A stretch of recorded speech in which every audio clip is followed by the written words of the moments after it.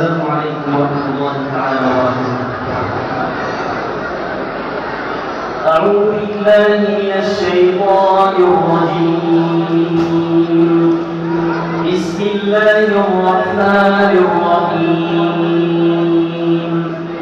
يا أيها الذين آمنوا اتقوا الله حق تقاته ولا تموتن إلا وأنتم مسلمون واعتصموا بحبل الله جميعا ولا تفرقوا واذكروا نعمة الله عليكم إذ كنتم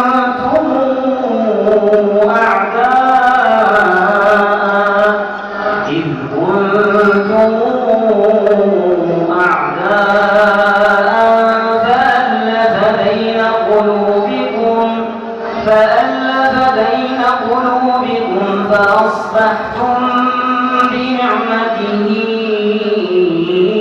إخوانا وكنتم على شفا حفرة من النار فأنقذكم منها كذلك يبين الله لكم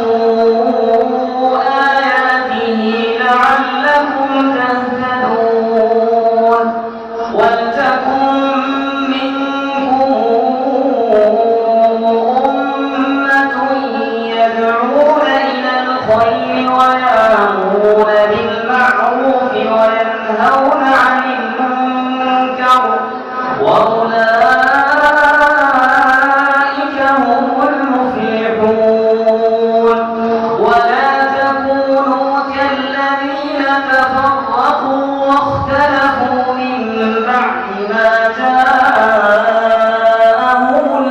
البينات وأولئك لهم عذاب عظيم يوم تبيض وجوه وتسود وجوه